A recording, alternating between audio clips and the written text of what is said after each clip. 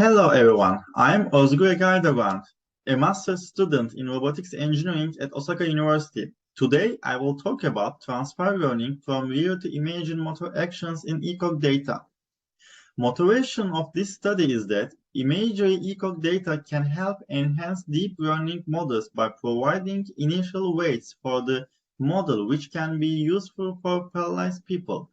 The question is that, can real motor tasks predict imagined motor movement from ECoG data? Brain-computer interface applications enable innovative communication with and control of external devices for people with motor deficits by providing a bridge between brain signals and motor actions to replace and restore beneficial functions. To measure neural response, electrocardiography has been utilized as an effective modality for BCIs. The dataset, consisting of 7 subjects and 46 channels, was used to echo cortical surface potentials. Changes in the power spectral density of the echo potential at all electrodes during and after the response were investigated. To investigate the relationship between imagery and the motor movement, a pre-processed ECoG motor imagery dataset was used in which subjects performed simple and repetitive hand motor tasks such as synchronous flexion extension of the fingers or tongue movements such as tongue protraction and tongue retraction movement. As a method, in the data pre-processing step, channel activity was normalized. 3000 millisecond data was clipped after the start for each trigger, and 3 categories were defined as hand movement, tongue movement, and resting state. After that, the two-dimensional convolutional neural network model was trained and tested with the real motor activity ECoG dataset. Then the two-layer LSTM model was trained and tested with the real motor activity ECoG dataset.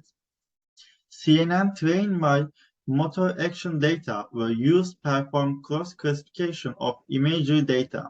During the training phase of CNN, a subject's ECoG data of real motor activity, close entropy loss with balanced weights, and hyperparameter search were used.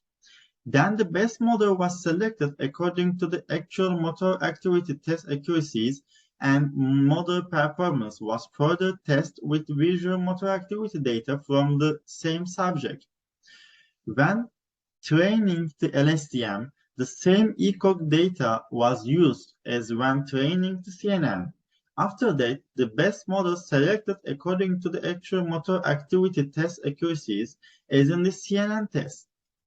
As a first question, it was examined whether different types of stimuli could be predicted by motor action data.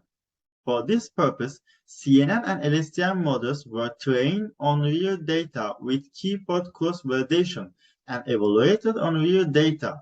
Both CNN and LSTM models predicted different types of stimuli, such as hand movements, tongue movements, and the resting state between the hand and tongue movement, achieving 72% accuracy in these 3 categories.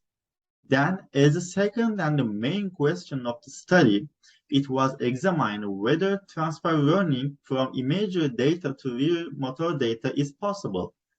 For this purpose, CNN and LSTM models are retrained on motor action data to evaluate motor imagery data. As a result, the CNN and LSTM models achieved 40% and 43% accuracy on the motor imagery test sets, respectively. On the right side, the confusion matrices for the performance of the CNN and LSTM models for the second question are shown. 0 level represents the resting state, and 11 and 12 labels represent hand and tongue movements. As can be seen, the resting state dominates the model more than the other categories.